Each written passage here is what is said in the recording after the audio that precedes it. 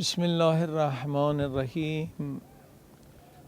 اس عظیم الشان مہینے میں جو اللہ پاک نے ہم پر روزے واجب کیے ہیں، روزے کا فلسفہ سمجھنا ضروری ہے اور روزے کے مقاصد کو سمجھنا بہت ضروری ہے۔ روزہ صرف بھوک اور پیاس کا نام نہیں ہے، بلکہ اس روزے سے ہم نے عظیم الشان روحانی طاقتوں کو حاصل کرنا ہے۔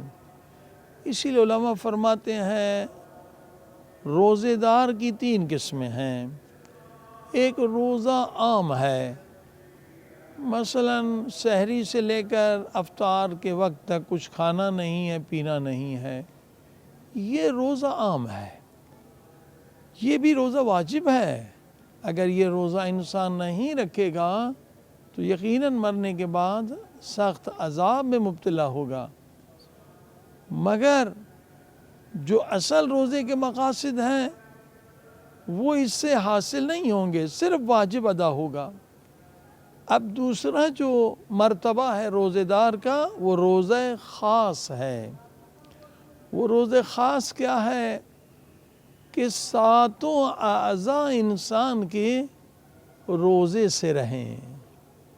روزے سے رہنے سے کیا مقصد ہے؟ آنکھ بھی روزے سے رہے، زبان بھی روزے سے رہے، ہاتھ بھی روزے سے رہیں، پاؤں بھی روزے سے رہیں، کان بھی، شکم بھی، اعضاء نکاح بھی روزے سے رہیں۔ اب آپ سوچیں گے ان کا روزہ کیا ہوگا؟ تو فرمایا حدیث میں آنکھ کا روزہ یہ ہے کہ آنکھ سے گناہ نہ کریں، آنکھ سے بس وہی دیکھیں جس سے خدا راضی ہے۔ زبان کا روزہ یہی ہے کہ زبان سے یا مستحب بات کہیں یا واجب بات کہیں، دیگر بات نہ کریں جو خدا کو پسند نہیں ہے۔ کان کا روزہ کیا ہے؟ غیبت نہ سنیں، میوزک نہ سنیں، حرام نہ سنیں۔ اسی طرح سے 7 اعضاء سے بس وہی کام کیے جائیں جس سے خدا راضی ہے، جس سے انبیاء راضی ہیں، جس سے محمد و آل محمد راضی ہیں۔ یہ روزہ خاص ہے۔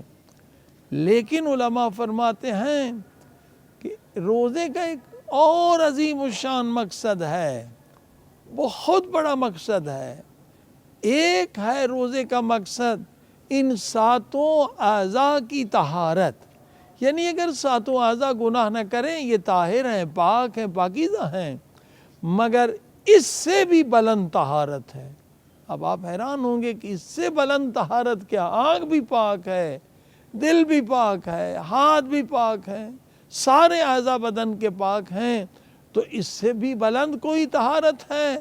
فرمایا ہاں، روزے دار کا جو سب سے بڑا مقصد ہے، سب سے عظیم الشان مقصد ہے، وہ ہے خیال کی طہارت۔ خیال کی طہارت یہ روزے کا معراج ہے۔ یہ سب سے بلند مقام ہے کہ روزے دار اپنے روزے کے ذریعے سے اپنے خیالوں کو طاہر بنا دے۔ اللہ اکبر! خیالوں کو طاہر بنانا یہ دنیا کا سب سے مشکل ترین کام ہے۔ اب جب ہم تفصیل بتائیں گے تو واقعاً مشکل ترین کام ہے کہ خیال طاہر رہے، خیال کے اندر طہارت آ جائے۔ جیسے حضرت عیسیٰ علیہ السلام فرماتے، میں یہ نہیں کہتا زنا نہ کرو، میں کہتا ہوں زنا کا خیال بھی مت لاؤ۔ اللہ اکبر! یہ ہے خیال کی طہارت، جو مشکل ترین مسئلہ ہے۔ دنیا کی 1% سے بھی کم لوگ ہیں جنہوں نے اپنے خیال پہ کنٹرول کر لیا۔ یہ خیال پرندے کی طرح ہے، کبھی اس درخت پہ جاتا ہے، کبھی گھر کا خیال، کبھی بازار کا خیال، کبھی کھانے کا، کبھی کپڑوں کا، کبھی بچوں کا۔ اب دیکھیں 2 رکعت نماز جو حدیث پاک میں ہے، حضور پاک صلی اللہ علیہ وسلم فرماتے 2 رکعت نماز اس طرح سے پڑھ کر دکھاؤ کہ کوئی دیگر دوسرا خیال نہ آئے، تم خدا کی طرف متوجہ ہو، اگر 2 رکعت نماز اس طرح سے کوئی پڑھ کر دکھائے، نبی پاک صلی اللہ علیہ وآلہ وسلم فرماتے ہیں میں ضمانت دیتا ہوں کہ اس پر جنت واجب ہے۔ مگر آپ خود ٹرائی کر کے دیکھیں، 2 منٹ کا کام ہے اور کتنے خیالات ادھر ادھر کے آئیں گے۔ یعنی دنیا کی 99% سے زیادہ جو پبلک ہے وہ خیال کی غلام ہے۔ اور یہ بھی نکتہ بتا دوں کہ جتنی پریشانیاں انسان کی زندگی میں آتی ہیں ان کا تعلق خیال سے ہے۔ خیال ہی کی وجہ سے لوگ پریشان ہیں۔ جب پریشان کن خیالات آتے ہیں تو انسان کا سکون برباد ہو جاتا ہے۔ ٹینشن، اسٹریس، یہ ذہنی پریشانیاں، نفسانی بیماریاں، ان کا تعلق خیال سے ہے۔ اب بات ہو رہی ہے خیال کی طہارت۔ اس روزے کو کہتے ہیں خاص الخاص۔ یہ خاص صرف نہیں، خاص الخاص۔ اولیاء خدا، انبیاء، اہل بیت جو روزہ رکھتے ہیں وہ یہ روزہ ہے کہ خیالات ایک لمحے کے لیے خدا کے ذکر سے غافل نہ رہیں۔ اب آئیے خیال کے خزانے کو سمجھے۔ ایک موضوع بہت زیادہ بلند ہے، انشاءاللہ آہستہ آہستہ ان شبہائے نورانی، ان نورانی راتوں میں حرم پاک امام علی رضا علیہ السلام کے حرم میں خیال کی طہارت پہ لمبی چوڑی گفتگو ہے۔ انشاءاللہ کچھ نہ کچھ آہستہ آہستہ وہ نسخے آپ کو بتائے جائیں گے، وہ طریقے بتائے جائیں گے کہ کس طرح خیال کی طہارت ممکن ہے۔ اب دیکھیے، آج جو دنیا کے ماہرین نفسیات ہیں، سائیکٹرسٹ یا سائیکولوجسٹ ہیں، انہوں نے جو گنا ہے کہ 24 گھنٹے میں کم سے کم 30,000 خیالات آپ کے ذہن میں آتے ہیں۔ 30,000 خیالات۔ اگر ان 30,000 خیالات میں سے فرض کریے کہ 100 بھی خیالات نیگیٹو ہوں، منفی ہوں، تو وہ آپ کے زندگی کے سکون کو برباد کر سکتے ہیں، اور آپ بے بس ہیں، اپنے خیال کو بدل بھی نہیں سکتے اور آپ خیال کو روک بھی نہیں سکتے، آپ خیال کے غلام ہیں۔ اللہ اکبر۔ لہٰذا خیال کی طہارت کو سمجھنا ہے جو روزے کا اصل مقصد ہے۔ اب آئیے خیالات کی قسم ہم آپ کو بتائیں، اقسام بتائیں۔ ایک خیالات ربانی ہیں، الہی خیالات، اللہ پاک کی طرف سے۔ جب قرآن توجہ سے پڑھتے ہیں، سورہ الحمد پڑھتے ہیں، خدا کا ذکر کرتے ہیں، دعا پڑھتے ہیں، تو یہ ربانی خیالات آتے ہیں۔ اور ایک ہیں شیطانی خیالات کہ شیطان یوسوس فی صدور الناس من الجنۃ والناس، شیاطین انس بھی ہیں اور جن بھی ہیں، جو غلط خیالات شیطان کی طرف سے آتے ہیں۔ اور پھر تیسری قسم جو خیالات کی ہے وہ نفس امارہ، ان نفس لامارۃ بالسوء، نفس امارہ بھی جو ہمیں لے کے جاتا ہے گناہ کی طرف، یہ بھی شیطان کا ساتھی ہے۔ اور چوتھی قسم جو خیالات کی ہے کل روح من امر ربی، وہ روح امری، اللہ پاک نے ہمیں روح امری عطا فرمائی ہے جو ہمیں نیکی کی طرف لے جاتی ہے، مسجد کی طرف، قرآن مجید کی طرف۔ اب آپ دیکھیے یہ 4 قسم کے خیالات جو ہیں آتے ہیں۔ اب اگر ہم چاہتے ہیں کہ خیال کی طہارت روزے کے ذریعے سے حاصل کریں تو اس وقت ممکن ہے جب شیطان کا دروازہ بھی بند ہو، نفس امارہ کا دروازہ بھی بند ہو۔ اور یہ کام آسان نہیں ہے، دنیا کا مشکل ترین کام یہ ہے کہ آپ اپنے خیالات کے مالک بن جائیں، شیطان کے خیالات کا دروازہ بند کر دیں اور نفس امارہ کے خیالات کا دروازہ بند کر دیں۔ یہ بہت بڑی منزل ہے۔ اسی کے بعد کوئی ولی خدا بنتا ہے، کوئی عاشق خدا بنتا ہے، کوئی صاحب کرامت بنتا ہے۔ لہٰذا لولا فضل اللہ علیکم، یہاں جب تک کہ خدا کا فضل اور خدا کی رحمت شامل نہ ہو ہمارے حال میں، ہم شیطان و نفس کے خیالات کا دروازہ بند نہیں کر سکتے، اور اس کے لیے ضرورت ہے دعا، اور بہترین دعا ہے اس مہینے میں ابھی حمزہ صومالی گڑ گڑا کر خدا سے دعا مانگیں کہ اے خدا مجھے اس ماہ مبارک میں طاقت عطا فرما کہ میں شیطان اور نفس کے خیالوں کو روک سکوں۔ یہ عصمت ہے، یہ عصمت کی ایک قسم ہے۔ روزے کا مقصد ہے کہ خدا آپ کو عصمت عطا کرنا چاہتا ہے۔ اب یہاں عصمت کا لفظ یعنی آپ کو خدا معصوم بنانا چاہتا ہے تو لوگ گھبرا جائیں گے، معصوم تو انبیاء ہوتے ہیں، معصوم تو اہل بیت ہوتے ہیں، معصوم تو فرشتے ہوتے ہیں، ہم کیسے معصوم ہو سکتے ہیں؟ جی ہاں، خیال کی طہارت کے بعد ایک انسان عصمت حاصل کرتا ہے، مگر یہ عصمت انبیاء کی عصمت سے کم ہے، اہل بیت کی عصمت سے کم ہے، مگر فرشتوں کی عصمت سے زیادہ ہے۔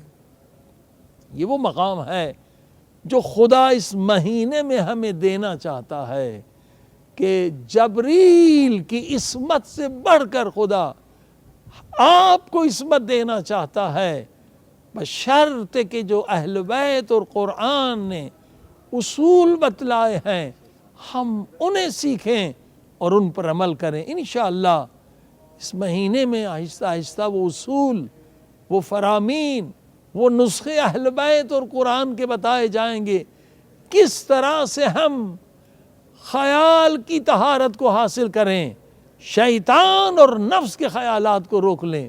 انسان کوئی گناہ نہیں کرتا، پہلے گناہ کا خیال آتا ہے، ظلم نہیں کرتا، پہلے ظلم کا خیال آتا ہے، برا کام انسان نہیں کر سکتا، پہلے برے کام کا خیال آتا ہے۔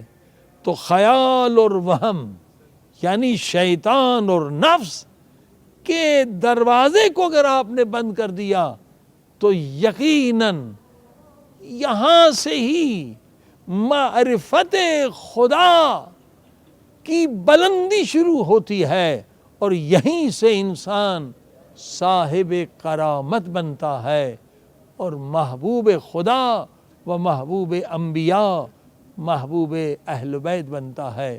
آئیے دعا ابھی حمزہ صومالی کی تلاوت کریں اور خدا سے مدد حاصل کریں کہ اس عظیم الشان مشن میں خدا ہمیں کامیابی عطا فرمائے۔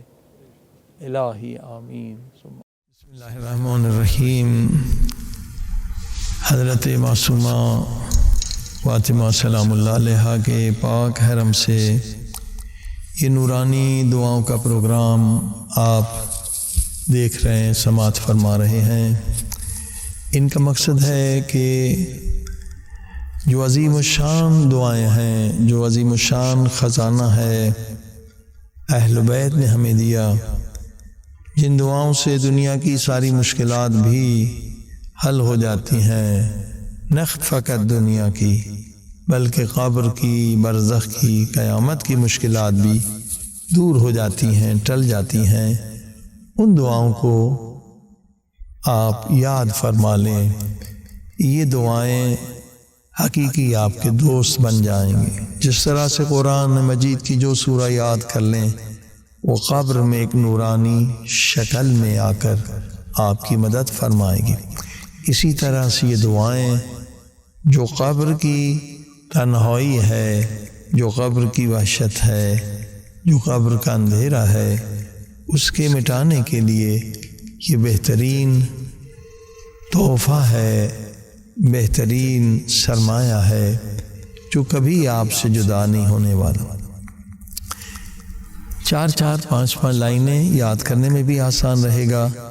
دعا ابھی حمزہ صومالی کے آج یہ تیسرے پارٹ میں ہم پہنچے ہیں۔ اب یہاں امام زین العابدین علیہ السلام ایک ٹیکنک، روحانی نسخہ بتلا رہے ہیں کہ کیسے ہمارا فوکس رہے، یعنی توجہ کیسے 100% خدا کی طرف رہے، دعا کی طرف رہے، ادھر ادھر کے خیالات ہمیں تنگ نہ کریں۔ کیونکہ آپ نے حدیث سنی ہوگی کہ 2 رکعت نماز اگر کوئی توجہ سے پڑھ لے، نبی پاک صلی اللہ علیہ وسلم فرماتے ہیں اس پہ جنت واجب ہے، وہ جنت میں جاتا ہے۔ لیکن یہ خیال جو ہے وہ رکتا نہیں ہے، پرندے کی طرح کبھی ادھر کبھی ادھر بھاگ رہا ہے۔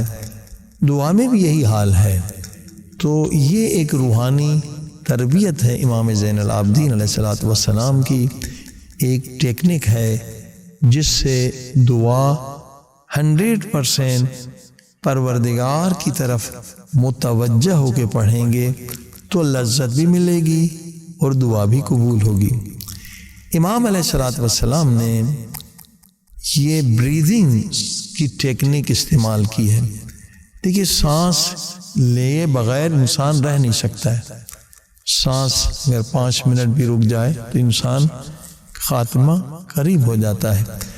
سانس خود بخود ہم لے رہے ہیں، تو امام یہ ٹیکنیک بتا رہے ہیں کہ سانس کے ذریعے سے ذکر کرنا سیکھو۔ ایک سانس میں جتنی مرتبہ کہہ سکتے ہو کہو، یا رب یا رب یا رب یا رب۔ ظاہر ہے کہ یہ ایک تربیت ہے، تو فوکس خدا کی طرف، توجہ خدا کی طرف، حضور قلب خدا کی طرف ہوگا۔ آئیے اس ٹیکنیک کو استعمال کر کے خدا کی طرف متوجہ ہو جائے، پورے وجود کے ساتھ، دل کی گہرائیوں کے ساتھ، پیار سے، محبت سے اللہ کا پیارا نام اور اس نام سے خدا کو فریاد کریں۔ بسم اللہ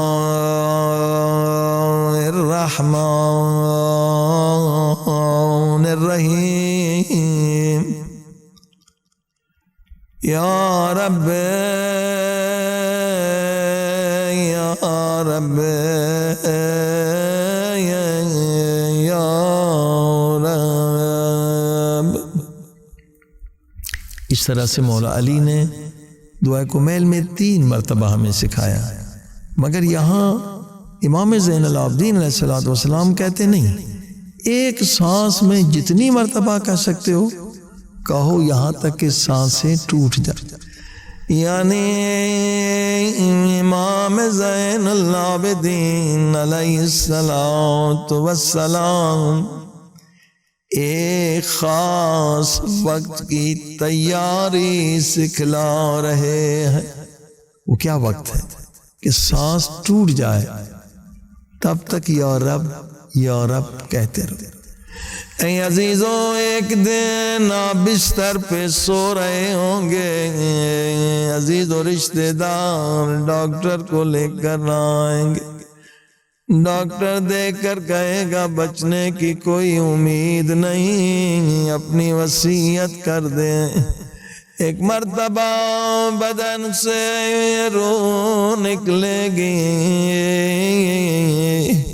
دعا کریں فرشتے رحمت ہماری روح نکالنے کے لیے آئے، ورنہ حدیث میں گنہگار کے لیے فرشتے عذاب آتا ہے، اس قدر اسے تکلیف ہوتی ہے جیسے اس کے بدن کا کیما کر رہے ہیں۔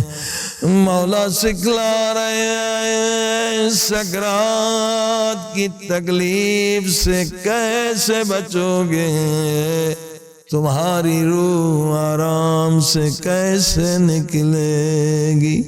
عادت کرو دن میں کئی مرتبہ اس اسم مبارک کا ورد کرو، یا رب یا رب یا رب یا رب یا رب یا رب یا رب یا رب یا رب یا رب یا رب، یہاں تک کہ سانس ٹوٹ جائے۔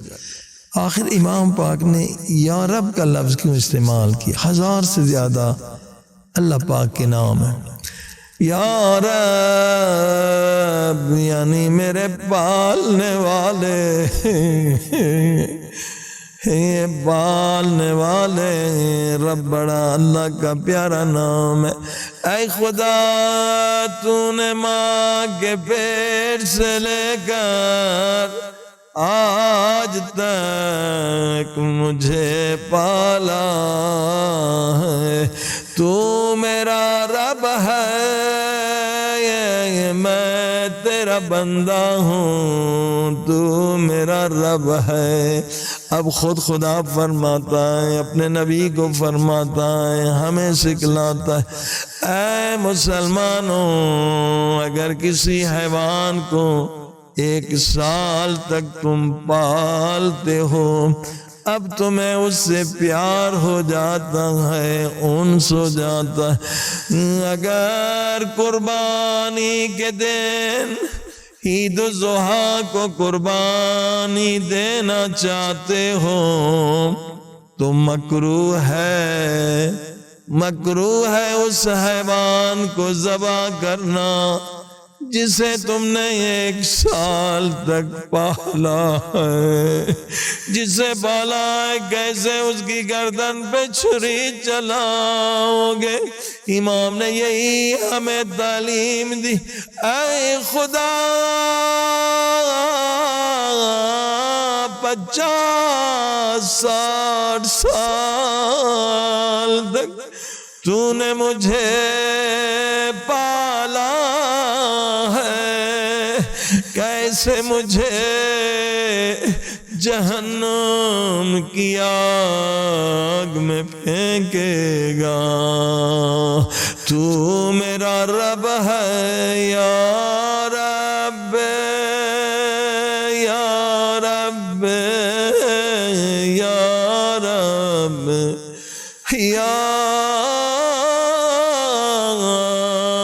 رب حسین، اغفر ذنوبی بحق حسین۔ اے خدا، تو حسین مولا کا بھی رب ہے، مولا حسین کے صدقے میں ہمارے گناہ معاف فرما۔ اب آگے چلیے، کیا معرفت کا جملہ ہے۔ بکا عرفتک وانت دللتنی علیک۔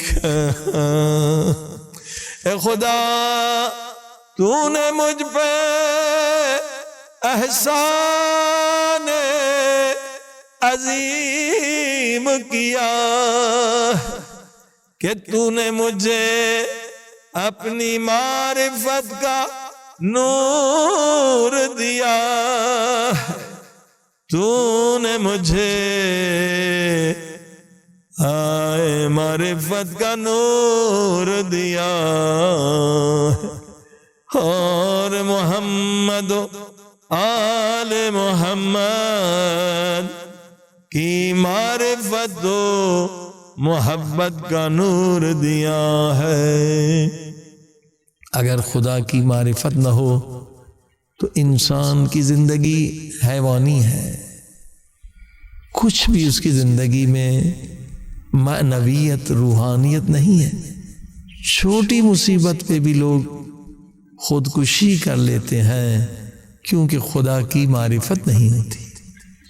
معرفت خدا، محبت خدا انسان کو پہاڑوں سے زیادہ مضبوط بنا دیتی۔ وَأَنْتَ یعنی تو نے، دللتنی علیک، تو نے میری ہدایت کی، تو نے مجھے اپنی بارگاہ تک پہنچایا، تو نے مجھے ہدایت دی۔ وَدَعَوْتَنِی الیک، اور تو نے مجھے دعوت دے کے بلایا، دعا میں وہی آتا ہے جسے خدا دعوت دیتا ہے۔ ایک یہ انسان خود سے نہیں آ سکتا، دعا کون پڑھتا ہے؟ جسے خدا ملاقات کا ٹائم دے، جن سے خدا زیادہ راضی ہے، ایک ایک گھنٹے وہ خدا سے گفتگو کرتے ہیں، جیسے جوشن کبیر ہے ہمارے پیارے پاک نبی، گھنٹے خدا سے بات، یہ اپوائنٹمنٹ ہے خدا کی طرف سے ٹائم۔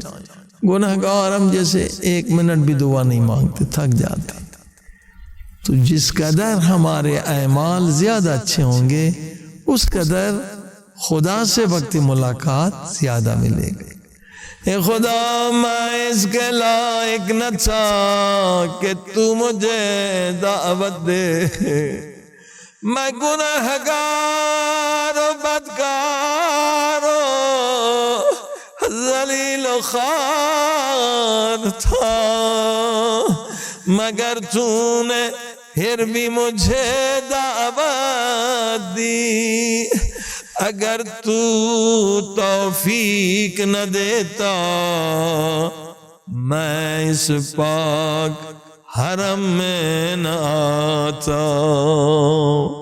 یہ سب تیرا لطف و کرم ہے، تیرا رحم ہے، ولولا انت لم ادرے ما انت، اگر تو لطف نہ کرتا میں جاہل ہوتا تیری معرفت سے۔